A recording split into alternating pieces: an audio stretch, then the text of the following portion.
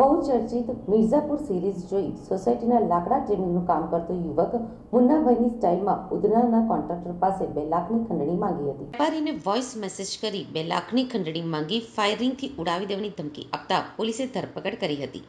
આજે પોલીસ આરોપીને બનાવવાળી જગ્યાએ લઈ જઈ પંચનામા સહિત રિકન્સ્ટ્રક્શન કર્યું હતું. પોલીસ સૂત્રોએ આપેલી માહિતી પ્રમાણે નવાગામ ડિંડોલીમાં રહેતા જ્ઞાનપ્રસાદ જયંતિપ્રસાદ શ્રીવાસ્તવે 20 દિવસ પહેલા ઉધના રોડ નંબર 4 ઉપર ગ્રાઉન્ડ પ્લસ એક માળનું કન્સ્ટ્રક્શન માટેનો કોન્ટ્રાક્ટ લીધો હતો. પેટા કોન્ટ્રાક્ટર તરીકે જયહિંદભાઈને કામ સોંપ્યું હતું. ગતરોજ સવારે 10 વાગ્યાના અરસામાં જ્ઞાનપ્રસાદને અજાણ્યા નંબર ઉપરથી ફોન આવ્યો હતો.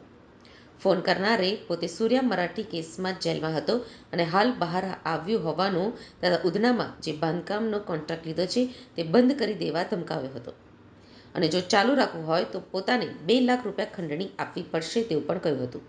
કોન્ટ્રાક્ટરે વાત અવગણીને ફોન કાપી નાખ્યો હતો. બાંધકામ સાઇટ ઉપર જતા તેના મજૂરોએ સવા 9 વાગ્યે બાઇક ઉપર એક શખ્સ આવ્યો હોવાનું અને તેમને કામ બંધ કરી દેવા ધમકાવીને ગયો હોવાનું જણાવ્યું હતું.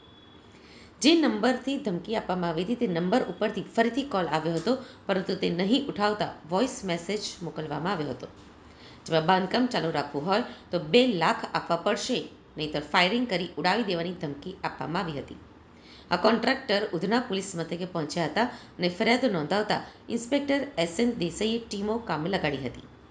બાઇક અને મોબાઈલ નંબરના આધારે સમીર પઠાણ ઉર્ફે લાકડાવાલાને લિંબાયતમાંથી ઉંચકી લેવાયો હતો.